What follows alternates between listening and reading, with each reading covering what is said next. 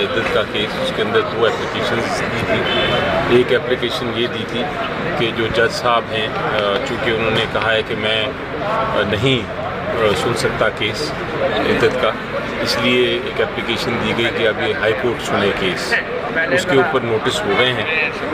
بحث کے بعد جج صاحب نے ایک اپنا پوائنٹ آف ویو دیا ہے. انہوں نے کہا ہے، آبزرویشن کی ہے کہ جہاں تک ڈائریکشن ہے وہ دے سکتے ہیں نچلے جج کو کہ وہ جلدی اس کیس کا فیصلہ کریں، لیکن وہ دوسرا ایشو یہ ہائی کورٹ سنے یا نہ سنے اس کے اوپر ہم بحث سن کے فیصلہ کریں گے.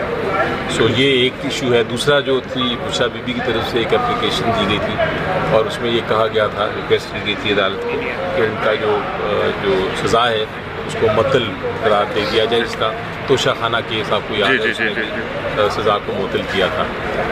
اس پہ بھی جج صاحب نے نوٹس دے دیا ہے. سر یہ ڈائریکٹ کیوں کیا گیا؟ سول کورٹ سے سیشن کے بجائے ڈائریکٹ ہائی کورٹ میں کیوں اپیل دائر کی گئی؟ نہیں کی گئی کی گئی بشرا بی بی کی جانب سے سول کورٹ سے سزا ہوئی ان کو، کرمنل کورٹ سے، تو بجائے اس کے کہ وہ سیشن کورٹ میں کرتے اور وہ ڈائریکٹ اسلام آباد ہائی کورٹ میں انہوں نے اپیل دائر کر دی. نہیں، ایسی بات نہیں ہے. وہ تو نیچے ہی پروسیڈنگز چل رہی تھیں، بحث اس کی ہو رہی تھی نچلی عدالت میں. وہ نچلی عدالت نے جج صاحب نے ایک آرڈر فرما دیا کہ میں یہ کیس نہیں سننا چاہتا. وہ آرڈر کے بعد انہوں نے ہائی کورٹ ریفر کیا خود کیس کو کہ آپ کسی اور کو ریفر کریں. سیشن جج صاحب نے وہ کیس مارک کیا. اس کے بعد ہائی کورٹ جب آیا تو ہائی کورٹ نے وہ کیس جو تھا وہ کسی دوسرے جج صاحب کو مارک کر دیا. تو اسی لیے ہائی کورٹ میں دونوں اپلیکیشنز فائل کی گئی ہیں. لیکن اب جو ہائی کورٹ فیصلہ کرے گا اس کے بعد پھر آگے مزید دیکھیں گے کہ کیا کارروائی کرنی ہے. سر تھوڑا سا ان کیسز سے ہٹ کے ابھی اعظم سوادی صاحب سے جب بات ہو رہی تھی وہ کہتے ہیں کہ عمران خان بات چیت کرنے کو تیار ہیں، ملک کو آگے لے کے جانے کو تیار ہیں. کیا تحریک انصاف کس کے ساتھ بات چیت کرے گی؟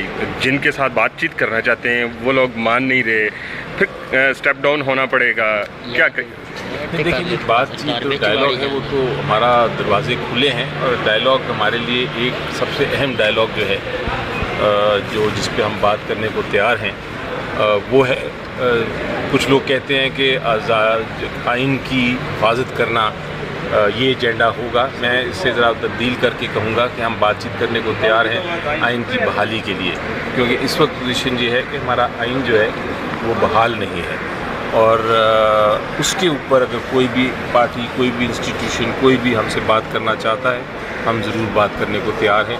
یہ ہمارا فرض ہوگا میری نظر میں ایک سیاسی جماعت کے طور پہ.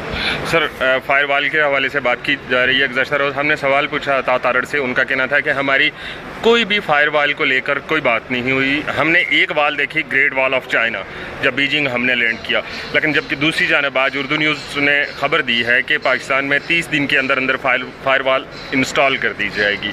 آزادی اظہار رائے کو پہ قدغن نے چائنا ماڈل بنانا یا سعودی عرب ماڈل کی میڈیا بنانا، کیا سمجھتے ہیں، کس نظر سے دیکھتے ہیں؟ جو میری اطلاع ہے اور کافی اطلاع جو ہے درست اطلاع مجھے لگتی ہے، مجھے ذاتی طور پہ تو علم نہیں لیکن جو اطلاع ہے وہ ریلائبل سورس ہے، اس کے مطابق یہ فائر وال جو ہے اس کی بات چیت ہو چکی ہے اور یہ فائر وال جو لگنے والا ہے شاید 30 دن سے پہلے بھی لگ جائے.